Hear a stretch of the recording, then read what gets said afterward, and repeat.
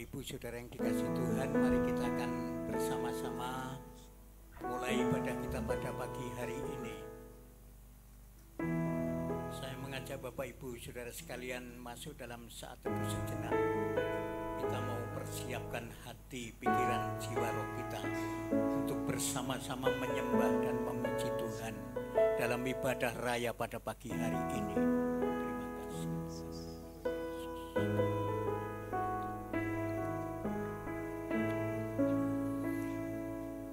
Bapa kami di dalam surga, di dalam nama Allah Bapa, Putra dan Roh Kudus, kami mau meneguhkan ibadah kami pada pagi hari ini dengan satu pengakuan bahwa pertolongan kami datang dari tempat yang maha tinggi, yaitu dari Allah pencipta alam semesta ini yang kami sembah di dalam nama Tuhan Yesus Kristus.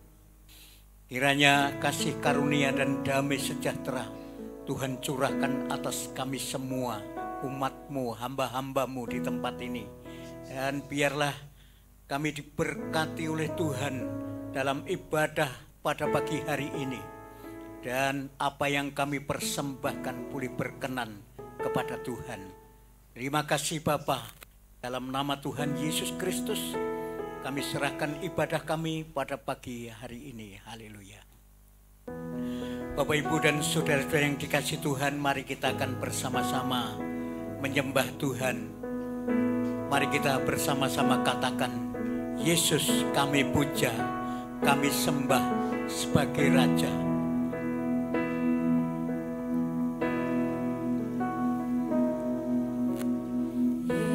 Yesus kami puja, kami sembah sebagai Raja, berdiri di tengah kami, ditinggikan dan dipuji. Yesus kami puja, Yesus kami puja,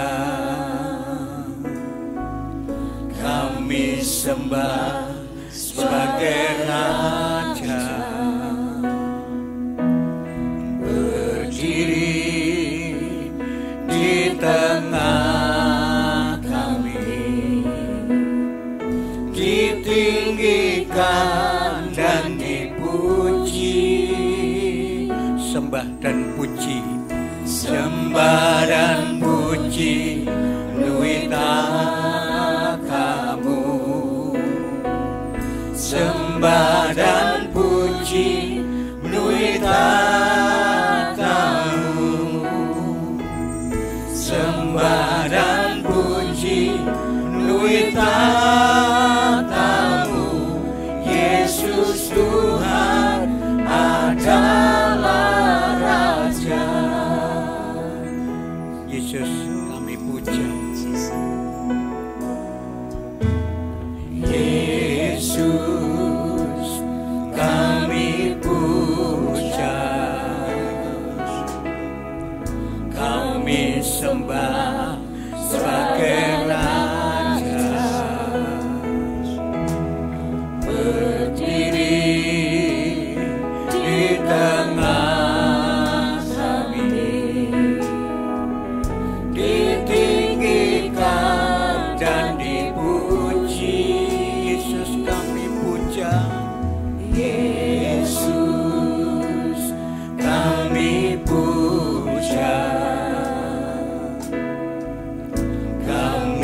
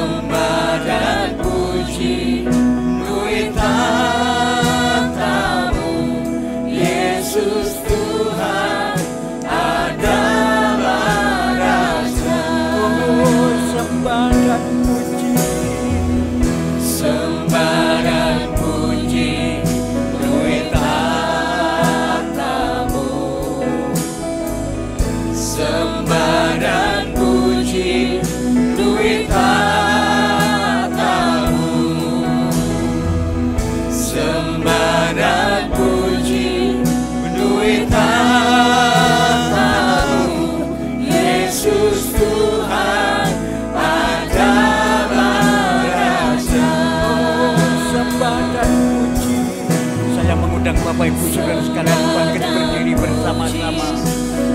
Tatamu sembah dan puji, duit tatamu sembah dan puji, duit tatamu Yesus Tuhan ada.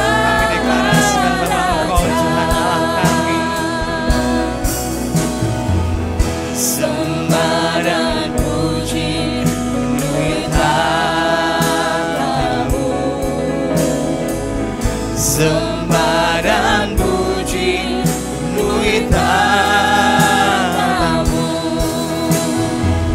sembah dan puji, duit tatamu Yesus Tuhan. Kita angkat pujian dari awal. Bapa, kami deklarasikan bahwa Engkau Allah kami, Bapa kami.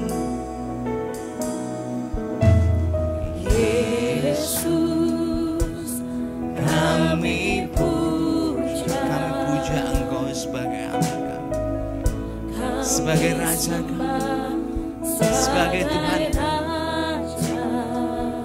Berkenanlah Tuhan, berkenanlah Bapa atas setiap pujian kami.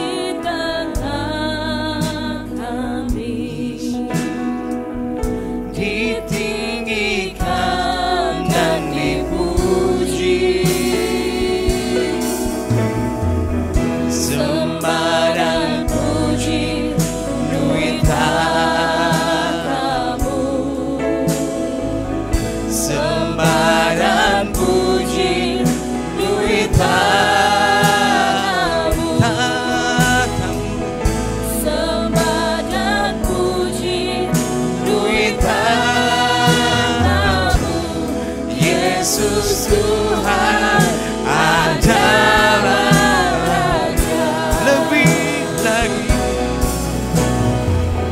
sembah dan puji, duit tatamu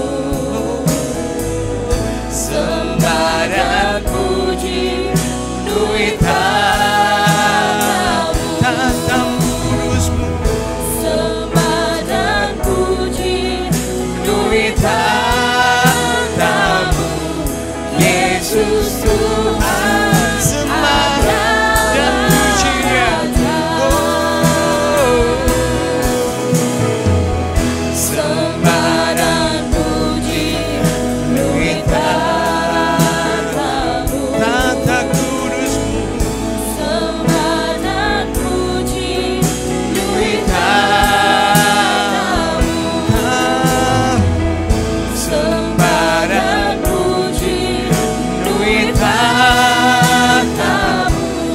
Yesus Tuhan adalah Rajaku, sembah dan puji, duit tatamu. Kami persembahkan pujian terbaik bagi Tuhan. Kami persembahkan itu jiwa kami, Yesus.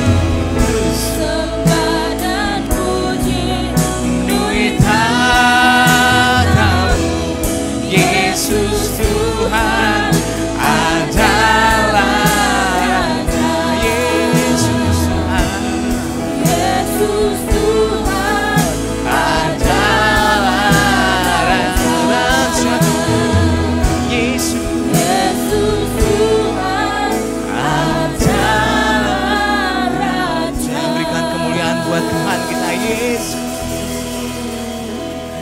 Selamat pagi semuanya.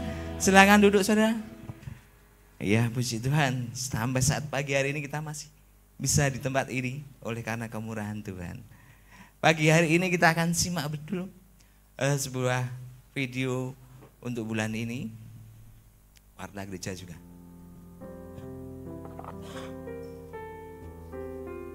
Dalam perjalanan iman, dosa bukan sekedar daftar pelanggaran, tetapi kondisi yang merusak persekutuan dengan Tuhan yang sama, serta merampas damai sejahtera. Meski sebagai orang percaya kita telah diampuni, pergumulan melawan dosa tetap berlanjut. Pusat Injil bukanlah usaha kita melawan dosa, tetapi kesempurnaan kasih karunia Allah melalui Kristus. Melalui pengakuan dosa dalam 1 Yohanes 1 ayat 9, kita menerima pengampunan dan penyucian. Kemenangan atas dosa datang bukan dari kekuatan sendiri, tetapi melalui kuasa Kristus yang oleh karena itu, marilah kita hidup sebagai orang yang telah diampuni dan dikasihi, menjalani hidup penuh syukur dan memancarkan anugerah Allah kepada dunia. Tuhan Yesus memberkati.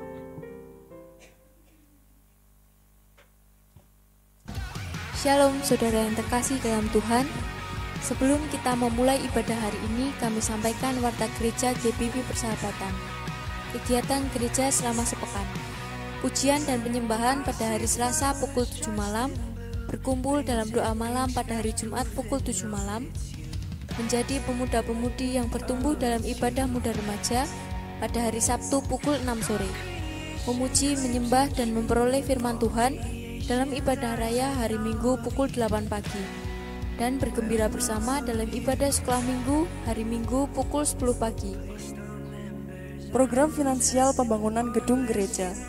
Mari Bapak Ibu, Sobat Muda dan Sobat Kecil sama-sama bersatu dan mendukung pembangunan gereja dalam program finansial Janji Iman PPG dan Gerakan 2000.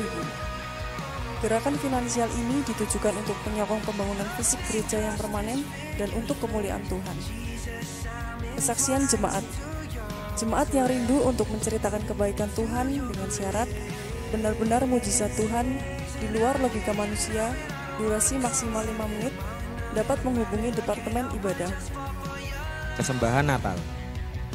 Menuju sukacita Natal, jemaat yang rindu mendukung ibadah dan perayaan Natal dapat memberikan persembahan Natal atau janji iman melalui kotak yang disediakan. Persembahan Natal dan janji iman dapat diberikan sampai 14 Desember 2025.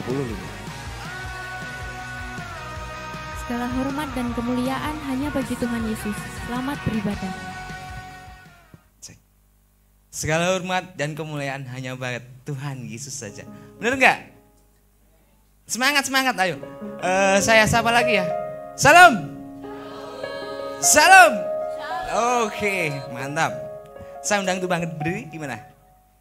Kita yang ditebus oleh darah Kristus, dengan darahnya kita itu diberikan kemenangan. Dan kita wajib, kita mengangkat pujian dan syukur kita. Ada amin? Oke, kita angkat satu pujian. Kami yang terima kuasa Tuhan Yesus.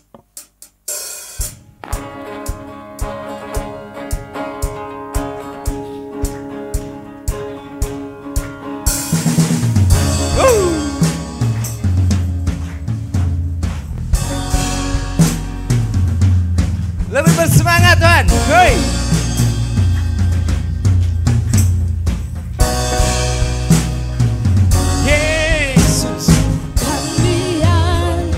Ditebus dengan darah yang kudus, mengangkat pujian bagi Tuhan. Kami bait kudus sebagai bukti karyamu, nyatakan kau besar dan hidup. Kita berlari sampai tujuan, mendapatkan mahkota kekal semua. Kuasa-Mu Tuhan, kami terima kemenangan yang Kau sediakan di setiap langkah, di setiap langkah.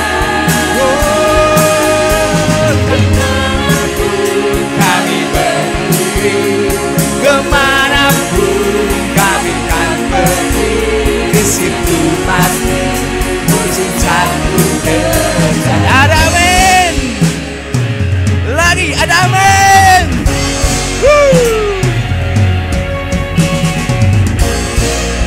Yes, kami terima kuasa-Mu Tuhan.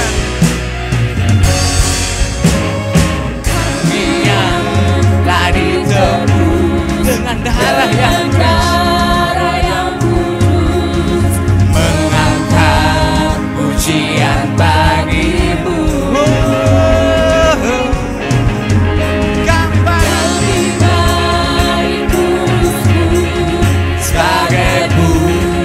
Karya-Mu nyatakan Kau besar dan hidup. Kita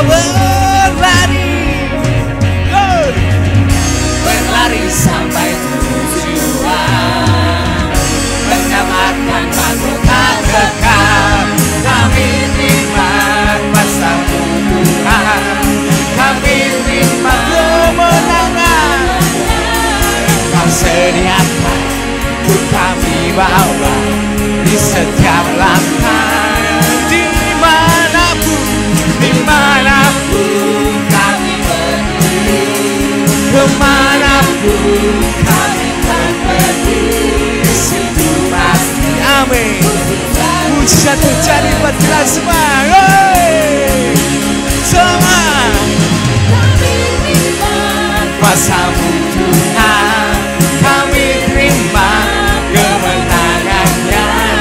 Kau sediakan di setiap langkah, dimanapun kami berdiri, kemanapun kami akan berdiri, di situ pasti amin. Mujizat pasti terjadi buat kita semua, ada amin. Sekali lagi ada amin. Kita yang percaya telah diselamatkan oleh kuasa darah Yesus, kita akan diberikan kemenangan. Yeay, yeay, saudara, yeay. Kita berlari bersama-sama buat Tuhan. Kita akan menuju kemenangan. Berlari sampai tujuan, mendapatkan mahkota kekal. Kami terima kuasa-Mu Tuhan, kami terima kemenangan. Kau sediakan buat kami, di setiap langkah. Dimanapun kami berdiri, kemanapun kami akan berdiri, di situ pasti lebih terlihat. Kami terima, kami terima kuasa-Mu Tuhan, kami terima kemenangannya. Kau sediakan, kami bawa di setiap langkah. Dimanapun kami berdiri, kemanapun kami. Sekali lagi ya, kita lebih bersemangat. Kami terima kuasa-Mu Tuhan, kami terima kuasa-Mu Tuhan, kami terima kemenangannya. Kau sediakan, kami bawa di setiap langkah. Dimanapun kami berdiri, kemanapun kami akan berdiri. Amin. Di situ pasti mujizat terjadi. Yesus, di situ pasti mujizat terjadi. Di situ pasti mujizatku terjadi. Oh Yesus, haleluya. Amin. Mujizat terjadi buat kita semua. Ada amin. Sekali lagi ada amin. Yes, Yesus berikan kemuliaan buat Tuhan kita. Kau berikan kemenangan buat kita semua Tuhan. Dan mujizat itu nyata Tuhan. Tidak sia-sia. Kita berserah pada Tuhan. Ada amin saudara? Kita siapkan hati kita.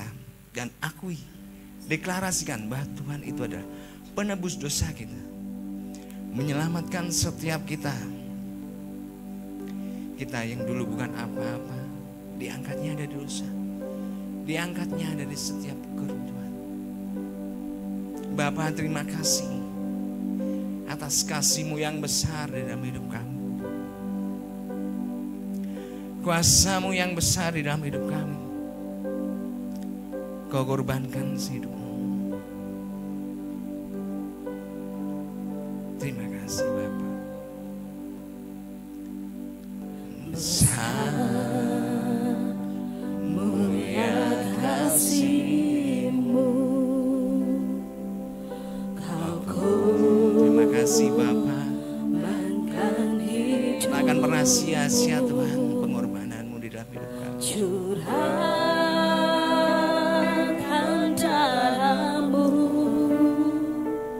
sebagai ganti dosaku.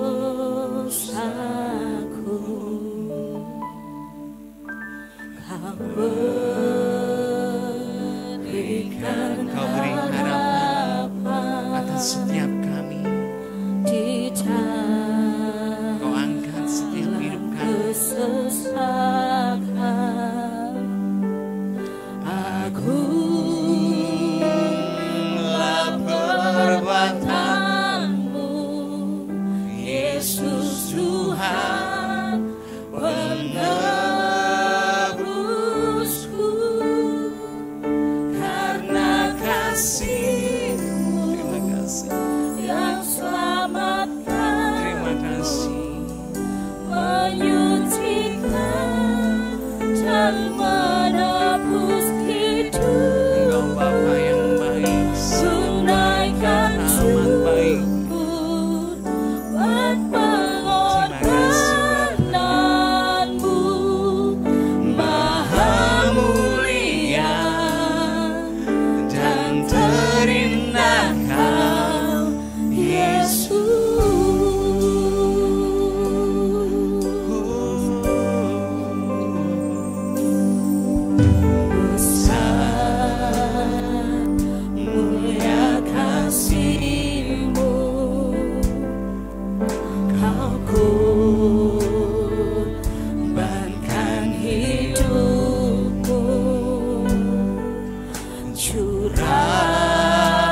Curahkan darah-Mu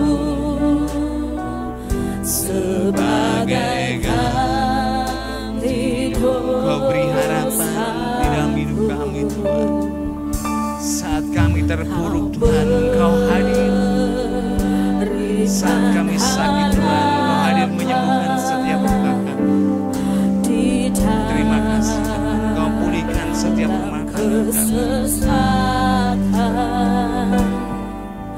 Agunglah perbuatan-Mu, Yesus Tuhan penebusku. Karena kasih-Mu yang selamatkanku, menyucikan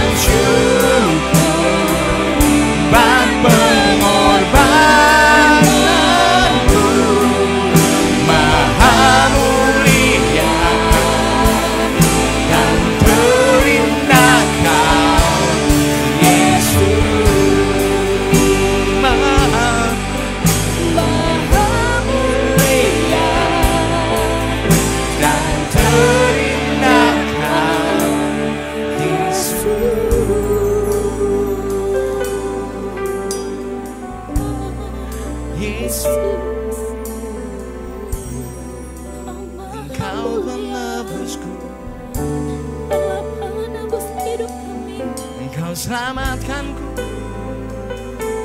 Engkau angkatku Tuhan. Kau beri kekuatan yang baru. Angkat setiap puji,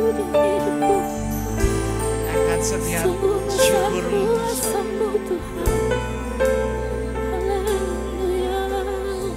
Kami yakin Tuhan berkenan. Tuhan berkenan atas setiap pergumulan saudara. Yesus, ku sembah Kau. Engkau baik Tuhan, teramat baik. Oh Jesus, kami sembah Kau Tuhan, kami puji Kau Yesus, kami menyembah.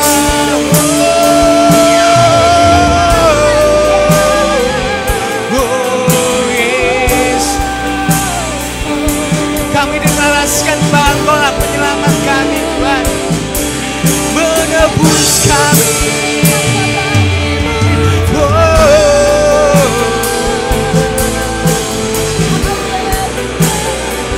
Naikkan syukurmu, naikkan sembahmu, naikkan pujianmu bagi Yesus.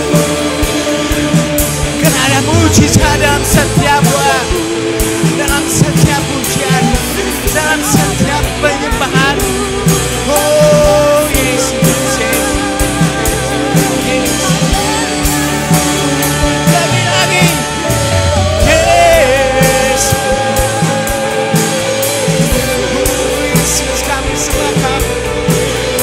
Jadi mujizat dalam hidup kami, dan kami boleh merasakannya. Kami boleh mengakui bahwa Engkau Yesus Allah kami yang dahsyat besar rasanya. Oh Yesus, Yesus, Yesus, Yesus. Oh Yesus,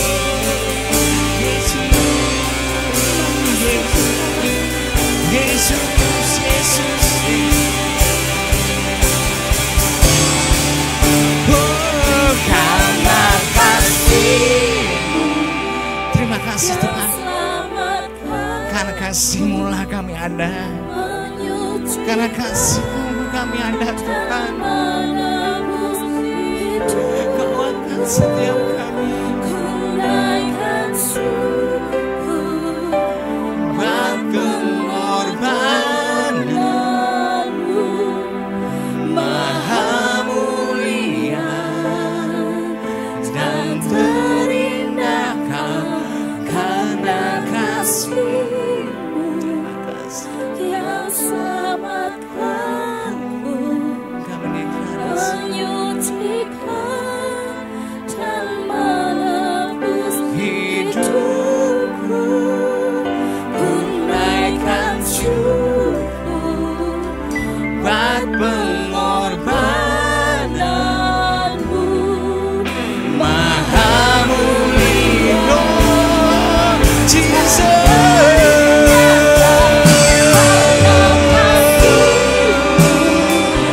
yang selamatkanku, Kau sucikan dan menebus hidupku. Ku naikkan buat pengorbanan-Mu maha mulia. Sekali lagi, Lord, kasih-Mu, Jesus.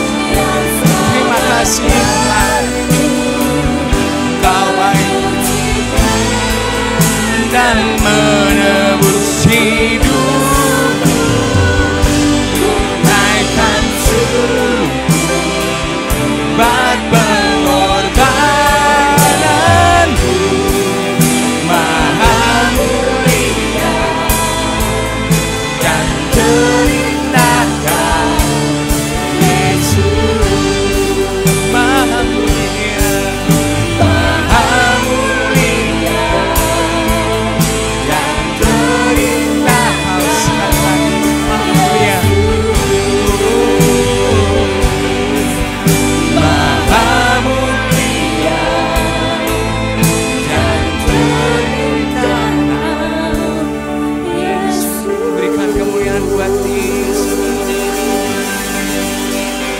hamba-hambanya yang akan menyampaikan berkat firman Tuhan.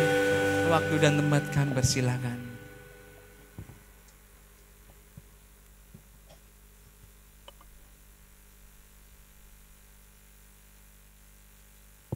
Mari kita berdoa bersama-sama. Bapa kami di surga, kami datang kembali kepadamu, mengucap syukur atas pujian penyembahan ini.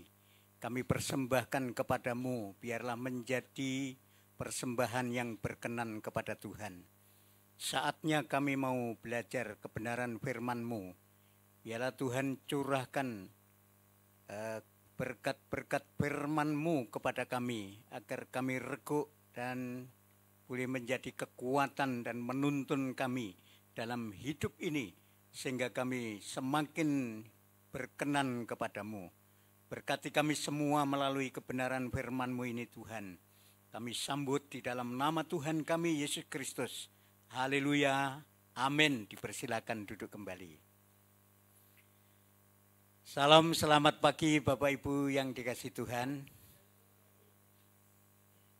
Pagi hari ini saya akan menyampaikan firman Tuhan yang berjudul Dosa Menghambat Berkat. Namun sebelumnya saya mau bercerita. Ini pengalaman hidup atau pelayanan kami ketika kami ada di Magelang. Suatu saat ada suatu atau sebuah yayasan Kristen namanya Citra Kasih. Dan pegawai Citra Kasih ini survei di daerah di mana kami tinggal, yaitu di Kelurahan Podosuko namanya. Kami hidup mengalami kesulitan di bidang air bersih khususnya.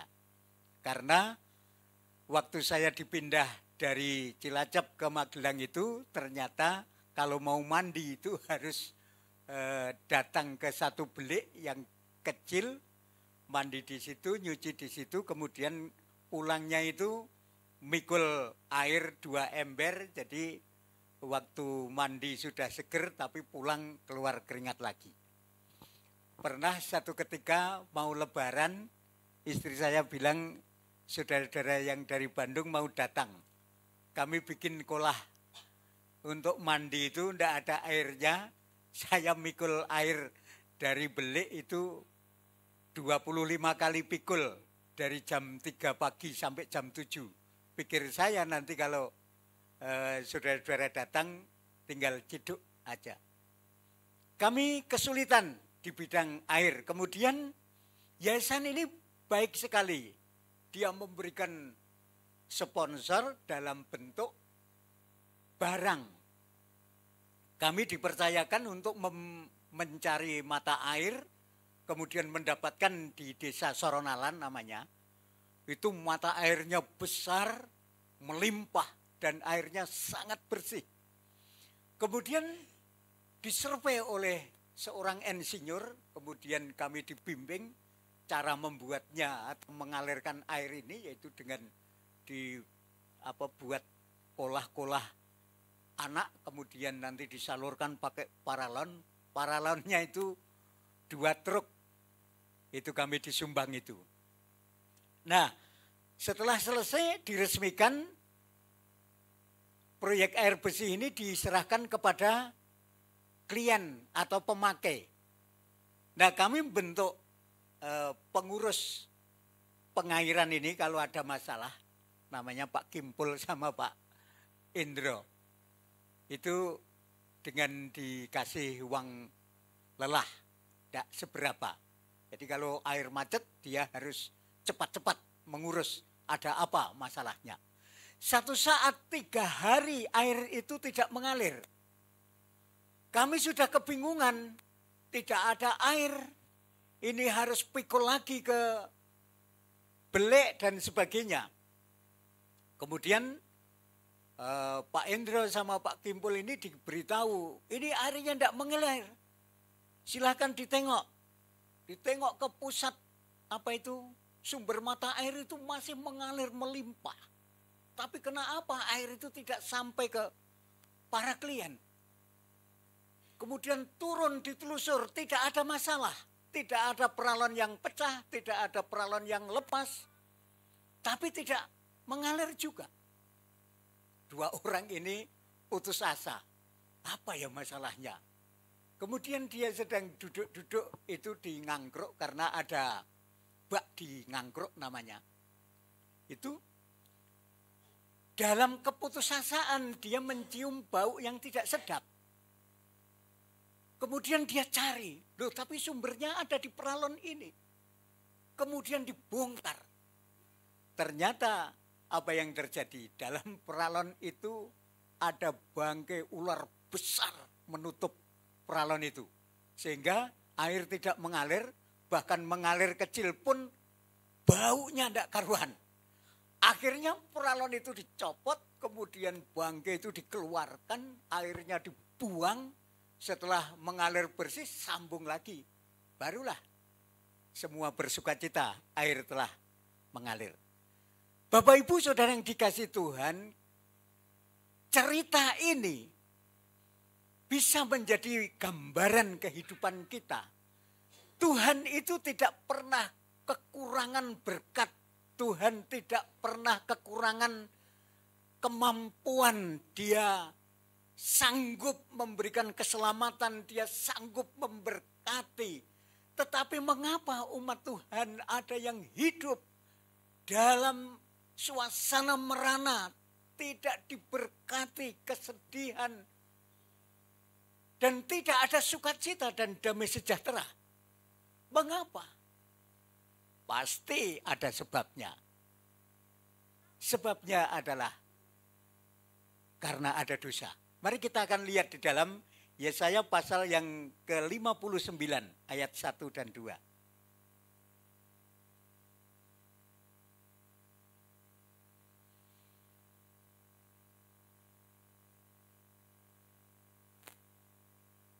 Mari kita bisa lihat di layar bersama-sama. Demikian firman Tuhan. Sesungguhnya tangan Tuhan tidak kurang panjang untuk menyelamatkan, dan pendengarannya tidak kurang tajam untuk mendengar. Tetapi yang merupakan pemisah antara kamu dan Allahmu ialah segala kejahatanmu. Dan yang membuat dia menyembunyikan diri terhadap kamu sehingga tidak mendengar ialah segala dosamu. Kalau kita membaca dua ayat ini, bisa disimpulkan bahwa dosa, kejahatan itu menghambat berkat Tuhan. Ini kisahnya seperti begini, dalam ayat ini ditulis. Itu latar belakangnya adalah di mana umat Israel itu sedang memberontak kepada Tuhan. Mereka hidup dalam penyembahan berhala, hidup dalam kejahatan. Nabi-nabi yang diutus oleh Tuhan untuk menyampaikan kebenaran dibunuh oleh mereka. Khususnya yaitu pada zaman kerajaan kerajaan Israel itu yang rajanya adalah Ahab. Ini raja yang sangat jahat. Ahab melakukan perkawinan politik dengan Yezebel. Tetapi Yezebel istrinya itu tidak mendukung Ahab menjadi seorang raja yang melakukan kebenaran, tetapi justru kejahatan. Oleh sebab itu, orang Israel dibuang oleh Tuhan. Caranya bagaimana? Dibiarkan dijajah oleh orang-orang Persia, kalau sekarang ini Iran. Setelah itu dijajah oleh orang-orang Babilonia, kalau sekarang ini Irak. Jadi Irak sama Iran itu sejak dulu memang musuh bebuyutan Israel. Nah, mereka ditahan, mereka menjadi budak, mereka ditindas hidup dalam kemiskinan, penderitaan yang amat sangat.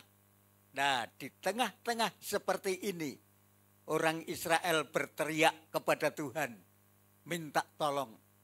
Tuhan selamatkan kami.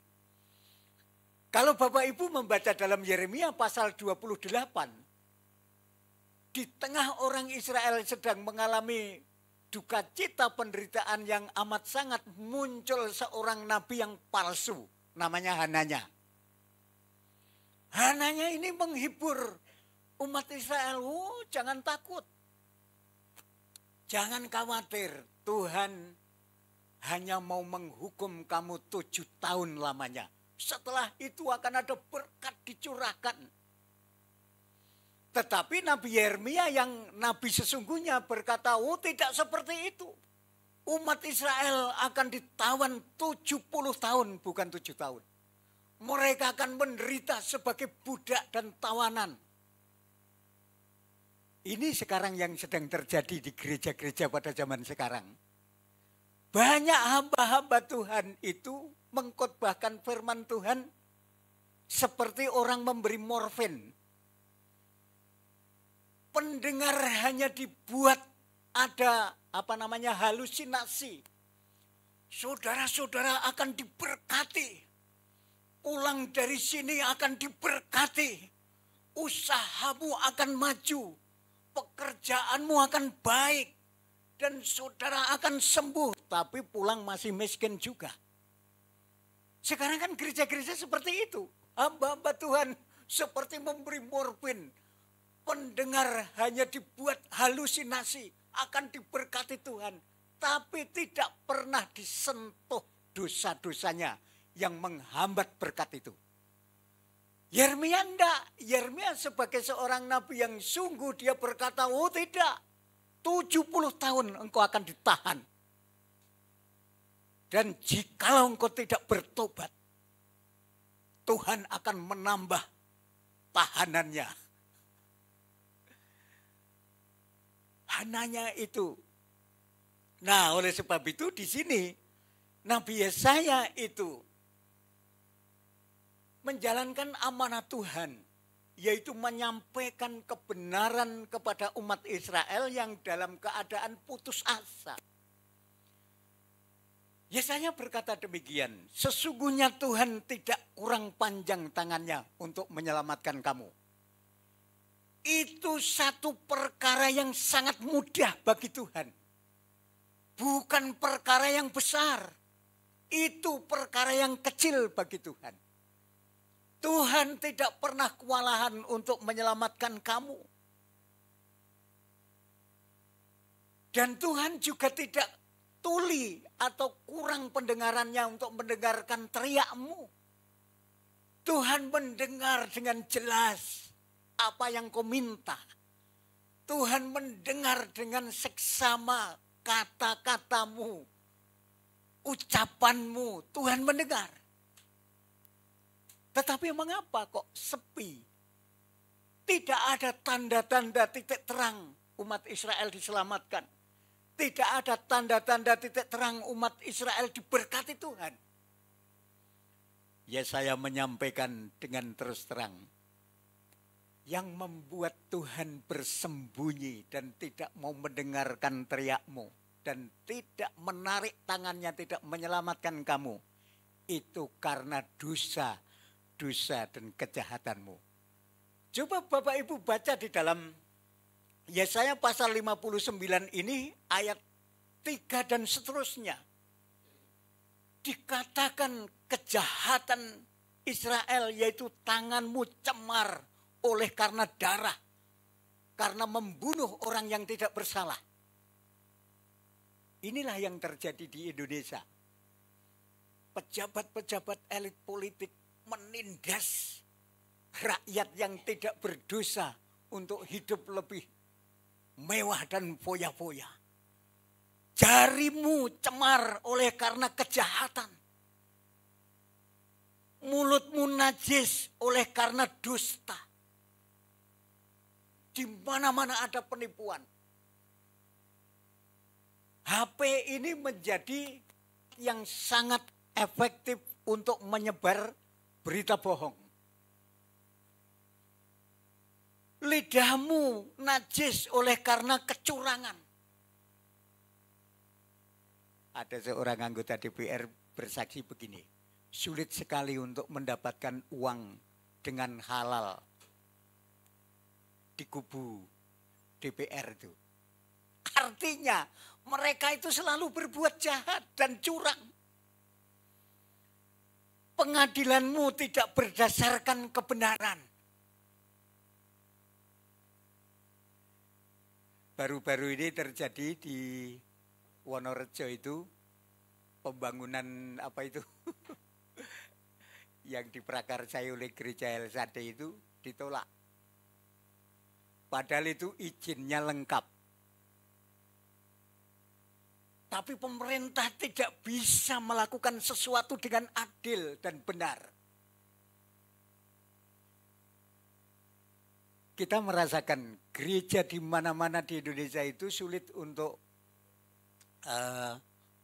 mendapatkan izin yang resmi. Padahal pondok pesantren itu dari 4.800 pondok pesantren di seluruh Indonesia. Yang punya izin hanya 50 pondok pesantren. Tapi pemerintah tidak bisa mengadili dengan adil. Inilah ternyata kejadian seperti ini itu relevan dari dulu zaman Israel sampai sekarang. Tidak ada kebenaran. Perbuatan mereka adalah perbuatan kelaliman. Bapak Ibu tahu apa artinya kelaliman? Kelaliman itu dari kata dasar lalim atau bahasa Arab itu salim. Maka ada kata disolimi. Ini artinya tindakan yang sewenang-wenang, bengis, tidak adil, dan semena-mena. Kejam, tidak punya belas kasihan. Mungkin dosa inilah yang menghambat berkat. Perlu kita doakan bersama-sama.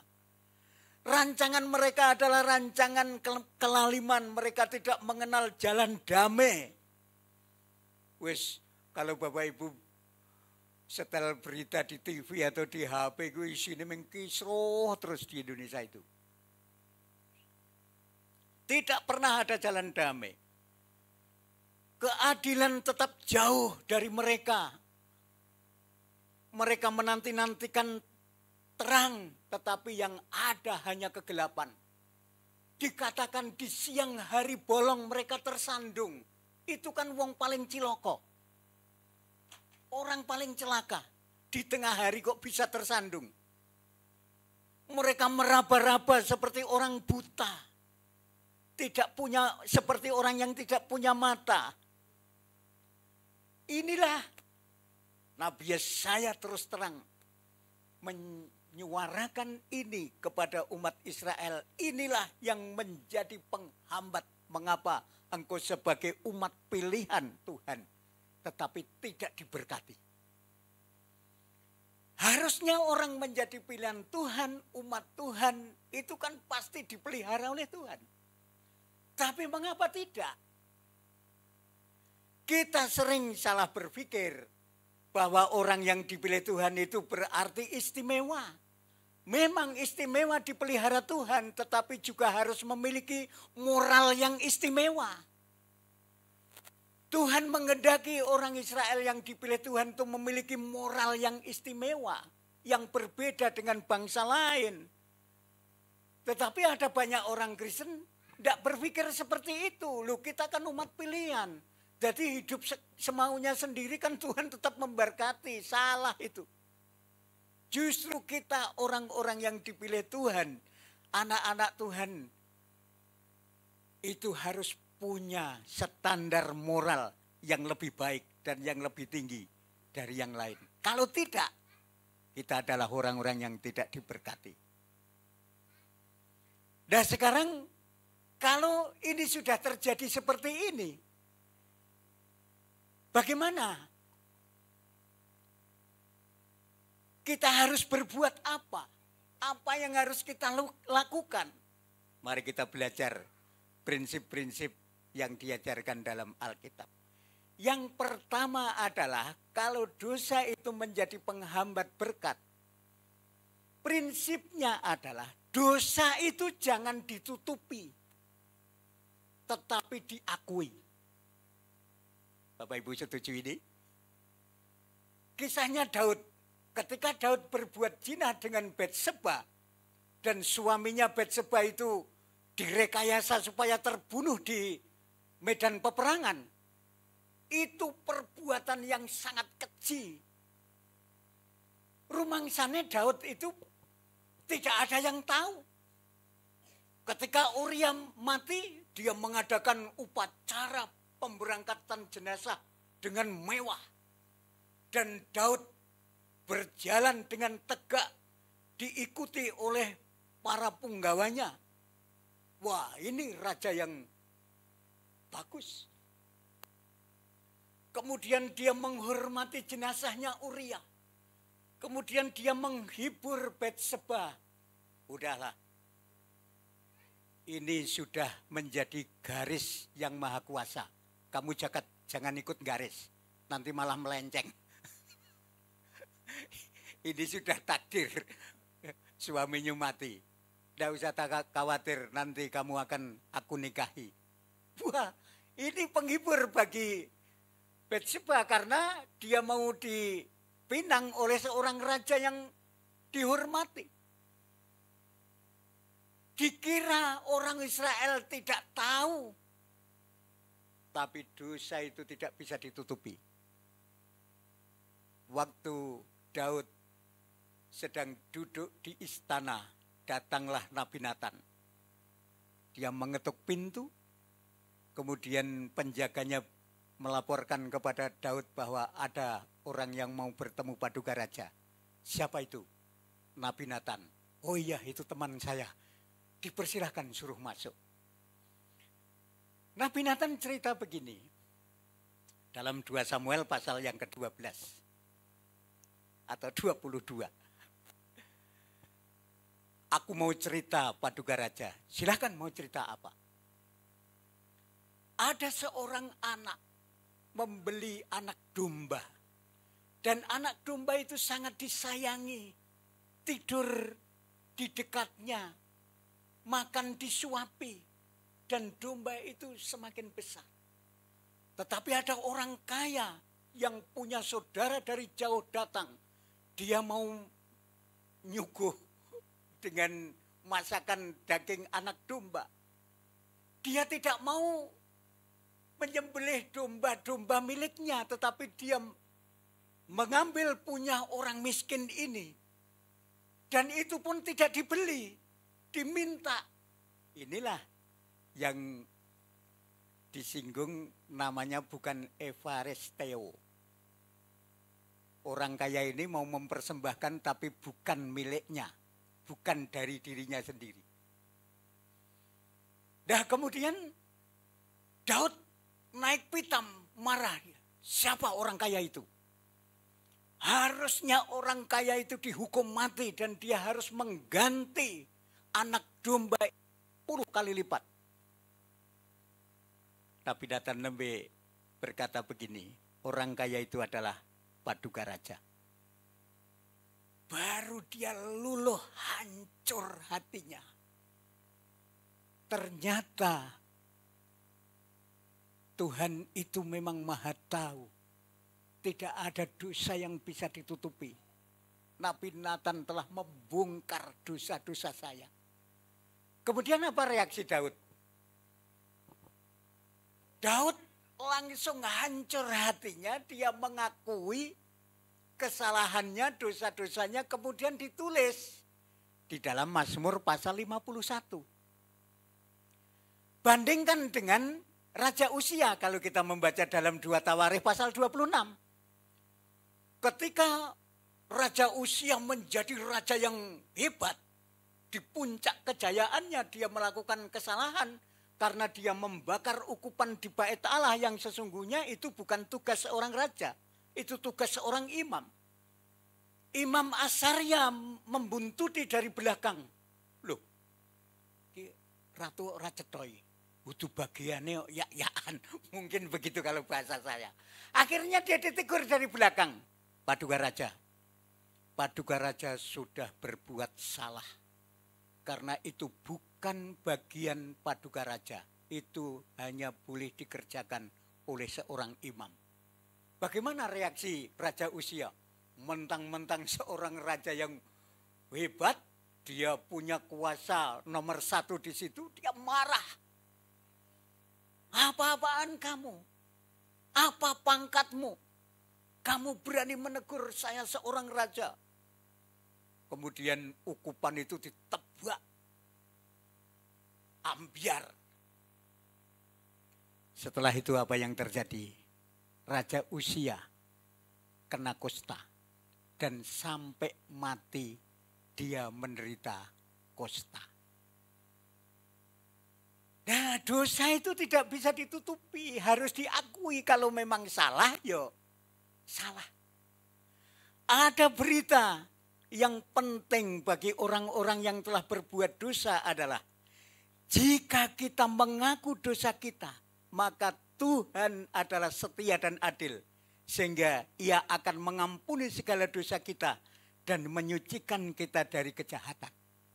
Itu ditulis dalam 1 Yohanes pasal 1 ayat 9. Jadi ini prinsip firman Tuhan. Mengajarkan kepada kita, kalau dosa itu menjadi penghambat berkat. Kalau mungkin kita ada dosa, jangan ditutupi. Tetapi harus diakui di hadapan Tuhan. Ini maksudnya. Kemudian dalam 1 Yohanes pasal 2 dikatakan memang kita dipanggil supaya tidak berbuat dosa. Tetapi kemungkinan berbuat dosa itu masih ada. Tetapi ketika kita berbuat dosa, kita punya perantara antara manusia dan Allah, yaitu manusia Yesus Kristus. Yesus itulah ketika kita berdosa kita diondring, tetapi Yesus itu diutus oleh Allah Bapa untuk melakukan de-ondering supaya kita diperdamaikan. Dia menjadi perantara. Ketika ada dua pribadi atau dua kelompok yang sedang konflik, itu membutuhkan orang ketiga menjadi perantara, betul? Ketika Megawati berseteru dengan Prabowo setelah baru saja terpilih menjadi presiden, Megawati mengutus Pramono Anung untuk datang kepada Prabowo. Supaya apa? Supaya anak buahnya Megawati tetap menjadi menteri atau pejabat di pemerintahannya Prabowo. Dia gengsi berkata sendiri sama Prabowo, harus ada orang ketiga. Demikian juga kalau kita ada masalah dengan Tuhan karena dosa, ada pihak ketiga yang menjadi pengantara, yaitu Yesus Kristus. Tuhan Yesuslah yang akan menjadi pengantara. Oleh sebab itu, jangan lari, tapi datanglah kepada Yesus. Akui segala dosa-dosa itu dan minta pengampunan supaya kita diperdamaikan kembali dengan Tuhan. Itu prinsip yang pertama. Kemudian yang kedua, dosa itu harus dibuang. Jangan dipinang. Tahu maksudnya ya? Artinya jangan dipelihara. Dalam pepatah Mandarin itu memberi nasihat begini. Jadi orang itu jangan seperti buah teratai, tetapi seperti bambu. Mengapa? Buah teratai itu kalau dibelah, itu masih ada serat-serat yang akan menyatukan kembali. Kalau bambu tidak dibelah ya sudah. Belah sampai kapanpun tidak bisa menyatu kembali. Nah banyak anak-anak Tuhan, orang Kristen, setelah percaya Tuhan, meninggalkan hidup lama, tetapi tidak seperti bambu yang dibelah. Benar-benar ditinggalkan, tetapi masih seperti buah teratai. Yaitu masih ada benang-benang merah yang akhirnya akan merajut kembali. Kita masih meminang dosa-dosa. Dosa itu jangan dipinang, tetapi dibuang. Buang segala dosa-dosa itu, maksudnya begitu. Bagaimana kalau kita sudah mengakui di hadapan Tuhan, kemudian sudah membuang segala dosa? Itu persoalannya sudah selesai, tetapi bukan berarti tidak ada konsekuensi. Daud sudah mengakui dosa di hadapan Tuhan, ditulis dalam Mazmur pasal 51. Tetapi ada konsekuensi yang harus ditanggung. Di mana anak hasil hubungan dengan Batseba sakit keras dan mati. Dan Daud dalam keadaan duka cita. Itu yang pertama. Yang kedua, Daud itu tidak diperbolehkan membangun bait Allah. Ketika Daud berdoa kepada Tuhan, aku akan membangun rumahmu. Tapi Tuhan berkata, tidak, bukan kamu yang akan membangun, tetapi anakmu Salomo. Daud ditolak oleh Tuhan untuk membangun bait Allah. Tuhan mempercayakan kepada Salomo anaknya. Ini konsekuensi. Memang Daud diampuni oleh Tuhan. Tetapi konsekuensi mesti harus ditanggung. Coba Bapak Ibu kalau baca Alkitab, kalau berbicara tentang bait Allah, pasti yang disebut Salomo. Tapi kalau berbicara tentang perzinahan, Daudlah yang disebut. Tapi Daud ini orang yang tidak mudah patah harang. Walaupun dia ditolak membangun bait Allah, dia masih rindu hidup dekat dengan Tuhan. Dia membantu pembangunan bait Allah itu, dia menyumbang emas, menyumbang kayu-kayu penaga atau kayu aras yang bagus itu. Dia masih mendukung begitu pembangunan bait Allah. Jadi Daud ketika diampuni dosanya, dia tidak jauh dari Tuhan, tetapi dia semakin mendekat dengan Tuhan. Bapak Ibu Saudara yang dikasihi Tuhan, kalau kita ada dosa di hadapan Tuhan, kita akui, kemudian dosa itu harus ditinggalkan, dibuang, jangan dipinang. Saya pernah mendengar cerita dari Pak Dodi Sasongko, ini dosen UGRIM yang hidup di Amerika 10 tahun. Kemudian suatu saat dia pulang ke Indonesia, datang ke Indonesia bukan pulang. Dia geledaan di gereja ini itu 1 hari, hanya pakai tikar. Seorang dokter hidup di Amerika 10 tahun, di tempat yang mewah, tapi mau geledaan di tikar di gereja ini. Kemudian istri saya masak sop sama tempe diuyah bawang itu. Wah, katanya enak sekali ini, enak sekali ini. Di Amerika tidak ada ini, enak sekali. Kemudian dia cerita yang menarik begini. Di Amerika itu ada sebuah danau. Itu seperti Telaga Sarangan itu loh. Jadi ada air dari lawu datang, kemudian ada yang terbuang begitu. Nah di sana itu pas tempat air itu masuk di danau, itu ditunggu oleh seorang pria setengah tua. Tugasnya apa? Pria itu tugasnya kalau ada sampah mau masuk, dia punya alat itu. Seperti ganco gini, ditarik, kemudian dibuang. Setiap ada sampah mau masuk, dibuang. Kemudian ada bangkai mau masuk di danau itu, dia dicandak, dibuang. Sehingga air itu terjaga bersih.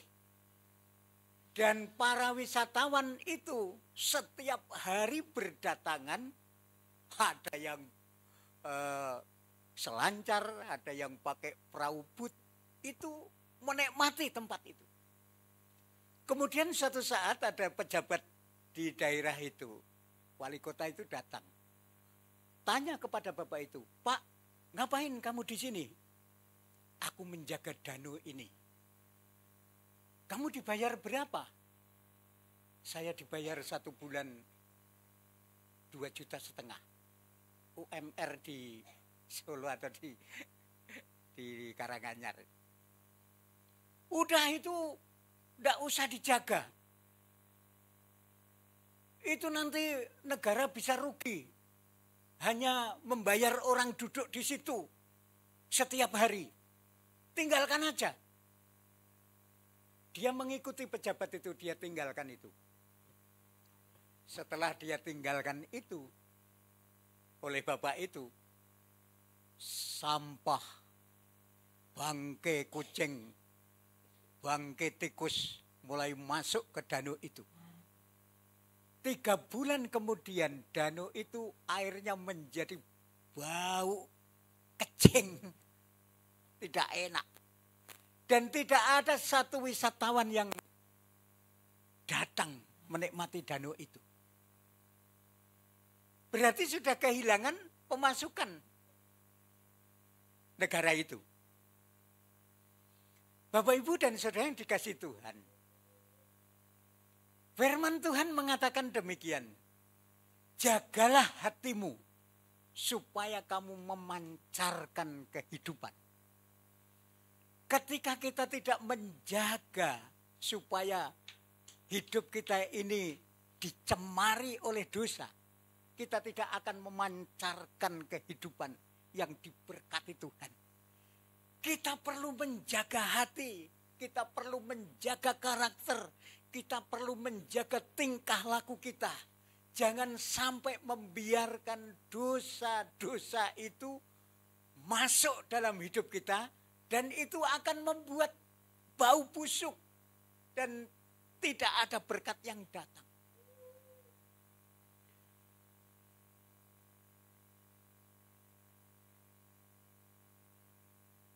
Jangan dipinang, tapi dibuang. Kalau ada dosa-dosa kecil, langsung dibuang. Dosa-dosa kecil yang mau masuk, langsung dibuang. Kalau ada godaan, harus dibuang. Jangan mendekat di pusat-pusat orang berdosa. Ini saya kesaksian pribadi, bukan orang lain. Satu saat saya nganter anak sekolah di Muntilan, itu saya tinggal punya uang 10.000 waktu itu. Dan hari Kliwon itu kan pasaran burung di situ. Kemudian ada orang judi yang pakai telusup hijau, kuning, merah gitu. Saya hanya lihat gini. Mulai pikiran ini memutar. Wah, coba pasang saja 2 kali atau 3 kali dapat 30.000, wis leren ku terus gue tuku bensin. Bener, aku lihat. Jadi yang bandar itu menghadap ke sana, aku di belakangnya. Jadi aku tahu dia waktu masukkan gini, kemudian dibalik. Masukkan gini, kemudian dibalik. Wah, berarti itu kelihatannya gini hijau. Tapi ternyata dibalik jadi merah. Wah, aku langsung pasang dari belakang itu. Udah itu. Itu saya alami itu, pasang aku. Dapat 10.000. Kemudian lagi. Wah, gini, terus dibalik gini. Wah, berarti bukan merah, tapi kuning. Bener, saya pasang dapat itu. Sudah dapat 30.000, janjinya diingkari. Tadinya dalam hati bilang, wis leren kok gue tuku bensin, tapi enggak. Wah, entuk 50.000. Akhirnya saya pasang double 20.000. Ketarik, kejar lagi 20.000. Habislah pulang tidak bawa uang. Nuntun sepeda motornya. Kadang-kadang kita seperti itu. Tidak mau membuang. Tapi masih coba-coba mendekat di pusat-pusat seperti itu. Kemudian yang ketiga, ini yang terakhir. Semoga nanti jam 9:15 sudah selesai. Bagaimana kalau dosa itu menghambat berkat? Dosa harus diakui, jangan ditutupi. Dan dosa itu harus dibuang, jangan dipinang. Yang ketiga, kita harus bertobat dan hidup dekat dengan Tuhan. Ini ayatnya banyak sekali. Bapak Ibu bisa baca di Kisah Para Rasul pasal 3 ayat 19. Pasal 8 ayat 22-23. Tuhan selalu menyerukan. Tuhan mengendaki bukan persembahan, tetapi Tuhan memberkati menginginkan hati yang bertobat. Bukan persembahan yang dikehendaki Tuhan, tapi pertobatan. Kemudian Tuhan memberi peringatan kepada jemaat di Efesus, yaitu dalam Wahyu pasal 2 ayat 5, jikalau engkau tidak bertobat, aku akan mengambil kaki dianmu. Kamu akan menjadi orang yang dihina, tidak dihormati.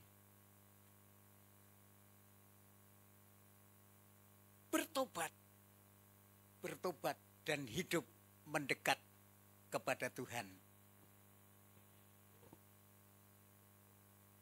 Dalam Yoel pasal 2 ayat 13 dikatakan, pada zaman akhir akan banyak pemuda-pemuda yang bernubuat, dipenuhi roh bernubuat. Orang yang tua-tua sudah tidak dipakai, tapi pemuda-pemuda. Sekarang ini KKR di mana-mana orang-orang muda yang dipakai Tuhan. Ini menggenapi nubuatan Nabi Yoel. Dan akan ada gelombang pertobatan. Bapak Ibu lihat di media sosial. Yang namanya Pakistan itu sekarang orang bertobat ribuan. Luar biasa. Di Maroko itu negara Muslim yang ketat, sekarang itu orang Kristen bertambah besar. Di Indonesia itu setiap tahun itu kira-kira 2 juta orang masuk Kristen. Itulah sebabnya orang Muslim itu fobia dengan Kristen. Caranya bagaimana? Membangun rumah ibadah dihambat. Membangun dihambat. Orang berdoa di rumah dihambat karena mereka fobia sesungguhnya. Ada seorang ustadz di Bekana bilang begini, orang Minang itu Muslim? Itu dulu. Sekarang sudah puluhan orang Minang jadi pendeta. Ada gereja Kristen Minang di Jakarta, di Minang. Sesungguhnya orang Muslim itu fobia. Ini Tuhan bekerja supaya orang-orang bertobat. Termasuk kita sekalian. Saya selalu berdoa Tuhan supaya gereja PIB diberkati dengan kebangunan rohani. Ada pertobatan, gelombang pertobatan, pemulihan. Sehingga kita tidak hanya menjadi Kristen KTP. Kristen KTP itu singkatannya kan Kristen tanpa pertobatan. Yang dikehendaki Tuhan adalah Kristen yang bertobat. Dan hidup dekat dengan Tuhan. Mengenal Tuhan. Mengenal Tuhan itu berarti mengerti pikiran Tuhan. Mengerti karakter Tuhan. Mengerti rencana Tuhan. Saya pernah bertamu di tempatnya Pak Nuranggraito.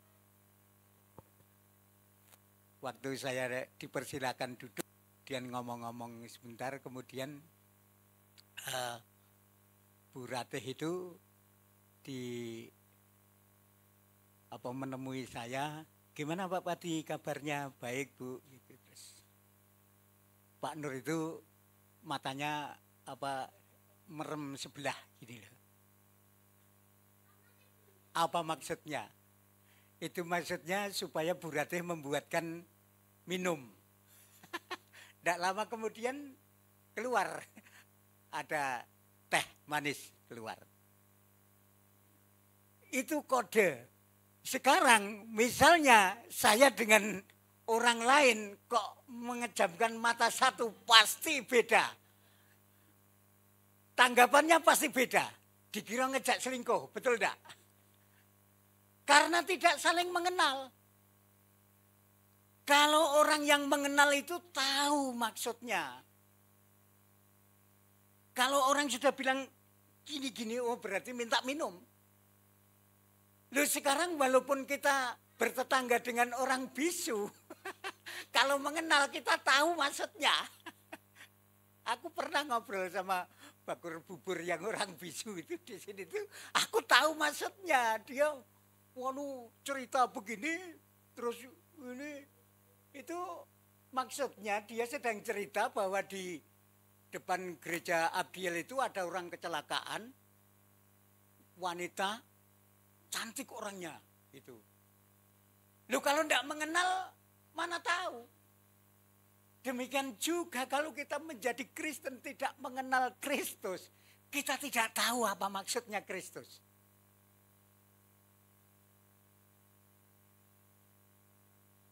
Hidup merana tidak tahu bahwa Kristus sedang marah dengan kita karena ada dosa. Sehingga hanya lari ke sana kemari, lari ke sana kemari.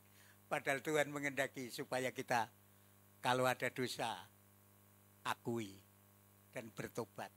Jangan lagi dipinang-pinang dosa itu harus ditinggalkan.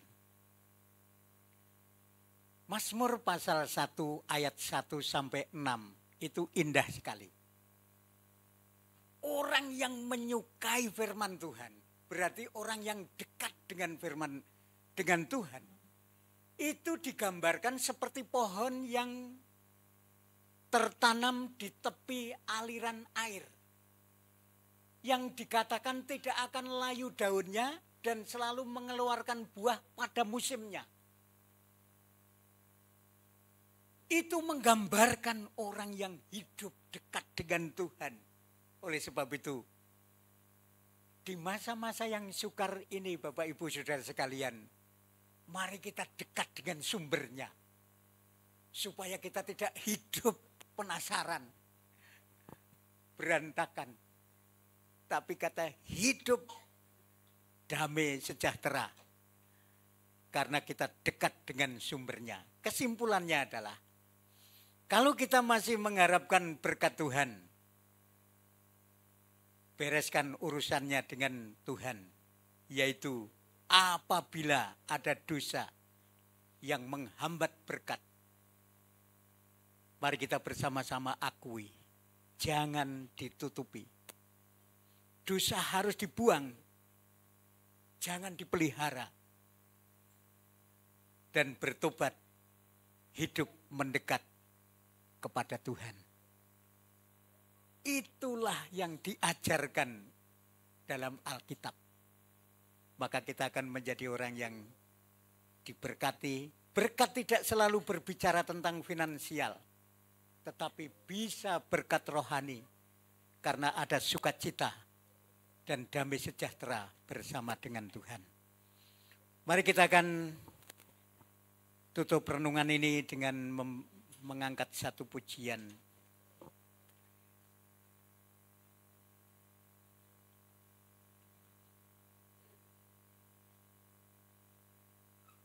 Sujud di altarnya, mari kita akan pujikan pujian ini. Bila hati terasa berat,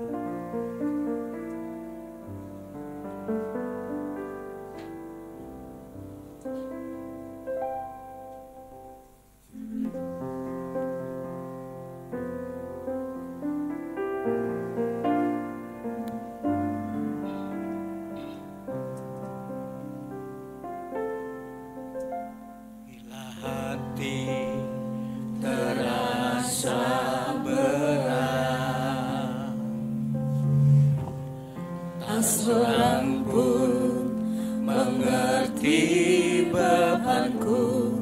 Ku tanya Yesus, apa yang harus ku buat?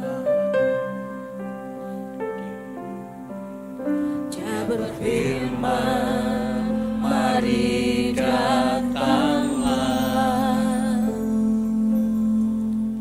Dia selalu pedulikan aku. Ku jaga Yesus, Dia pikul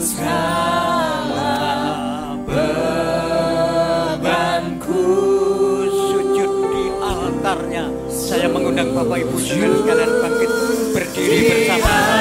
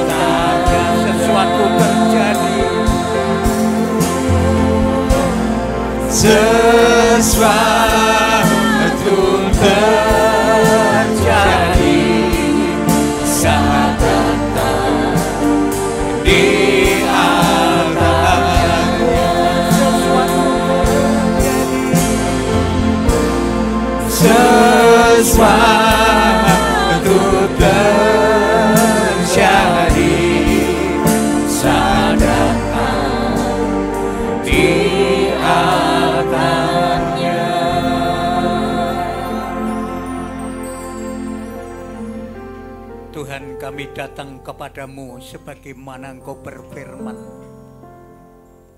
Mari yang letih, lesu dan berbeban berat, datanglah kepadaku, maka aku akan memberikan kelegaan kepadamu.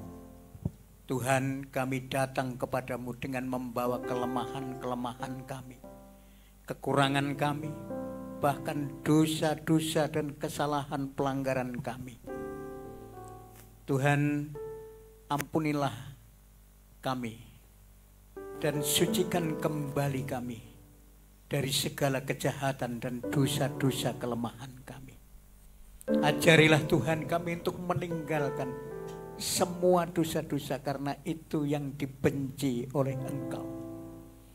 Itu yang menghambat berkat-Mu ya Tuhan.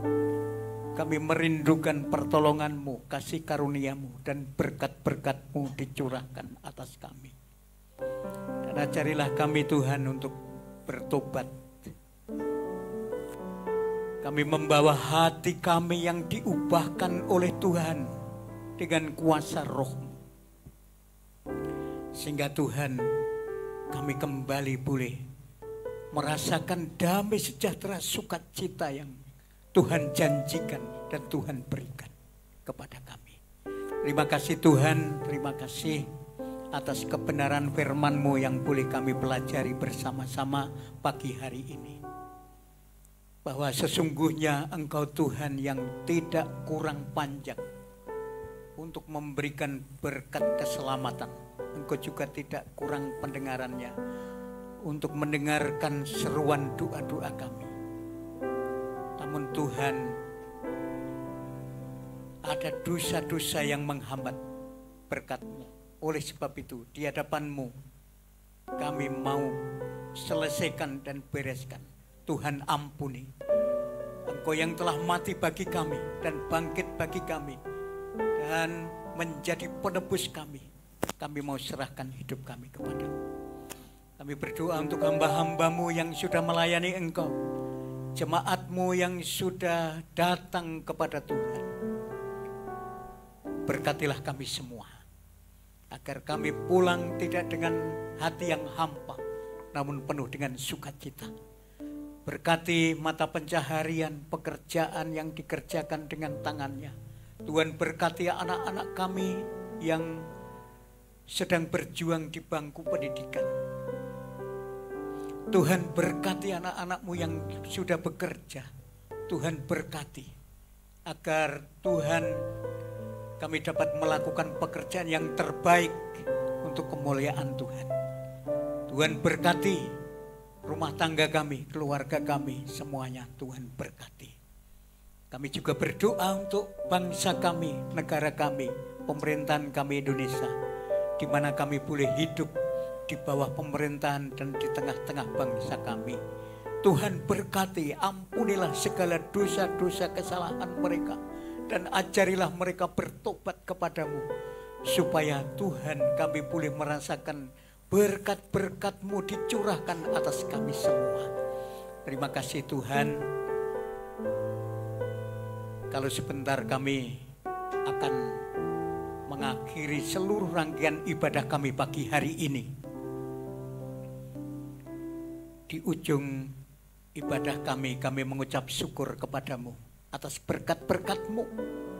Dan kami memberikan persembahan kepada Tuhan. Kiranya Tuhan sucikan, kuduskan supaya menjadi persembahan yang berkenan kepadamu. Dan kami berdoa untuk anak-anak sekolah minggu yang setelah ini. Mereka mau belajar berbakti dan mengenal-Mu sejak dini. Kiranya Tuhan berkati supaya mereka menjadi anak-anak-Mu yang kuat dan mengenal Tuhan dan diberkati Tuhan di dalam kehidupannya. Tuhan, sebentar kami akan tinggalkan tempat ibadah ini. Curahkan berkat-Mu atas kami semua. Bapak, Ibu, dan saudara-saudara yang dikasihi Tuhan, mari kita bersama-sama mengarahkan hati kita dan terimalah berkat yang dari Tuhan. Kiranya Tuhan memberkati engkau dan melindungi engkau. Tuhan menyinari engkau dengan wajah-Nya dan memberikan kasih karunia yang terus melimpah hari lepas hari senantiasa baru. Dan Tuhan menghadapkan wajah-Nya kepadamu dan memberikan damai sejahtera dan sukacita sekarang sampai selama-lamanya. Berkat ini kita terima di dalam nama Allah Bapa, Putra, dan Roh Kudus, di dalam nama Yesus Kristus. Mari kita tutup dengan pujian. Kiranya Engkau memberkati aku.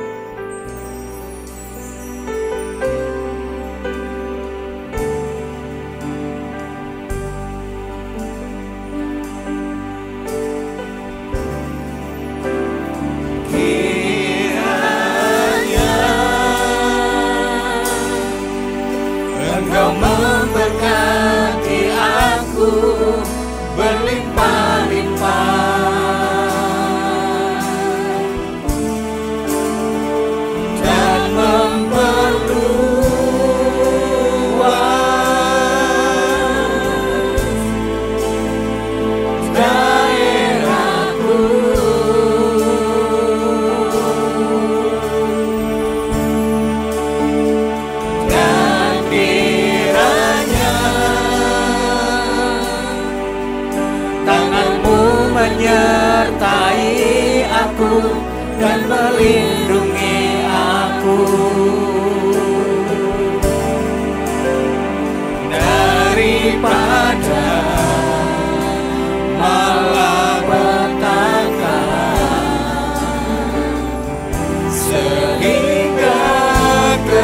kesakitan tidak menimpa aku. Sekali lagi kita pujikan ini.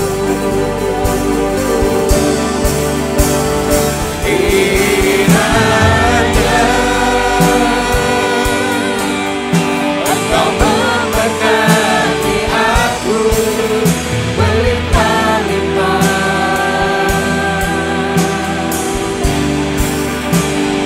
dan memperluas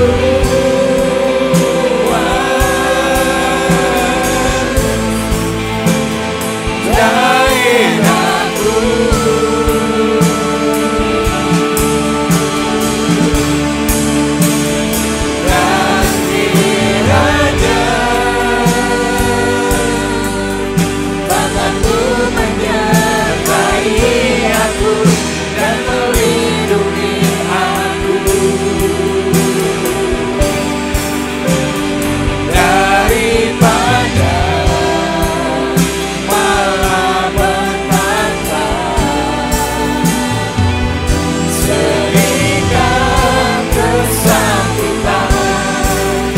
Tidak menimpa aku.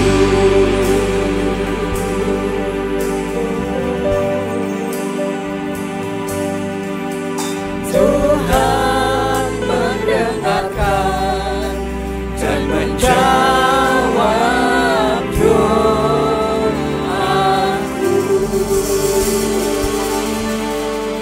Dipersilakan duduk kembali. Mari Bapak Ibu Saudara yang dikasihi Tuhan, kita akan saat teduh sejenak sebelum kita meninggalkan tempat ibadah ini bersama-sama.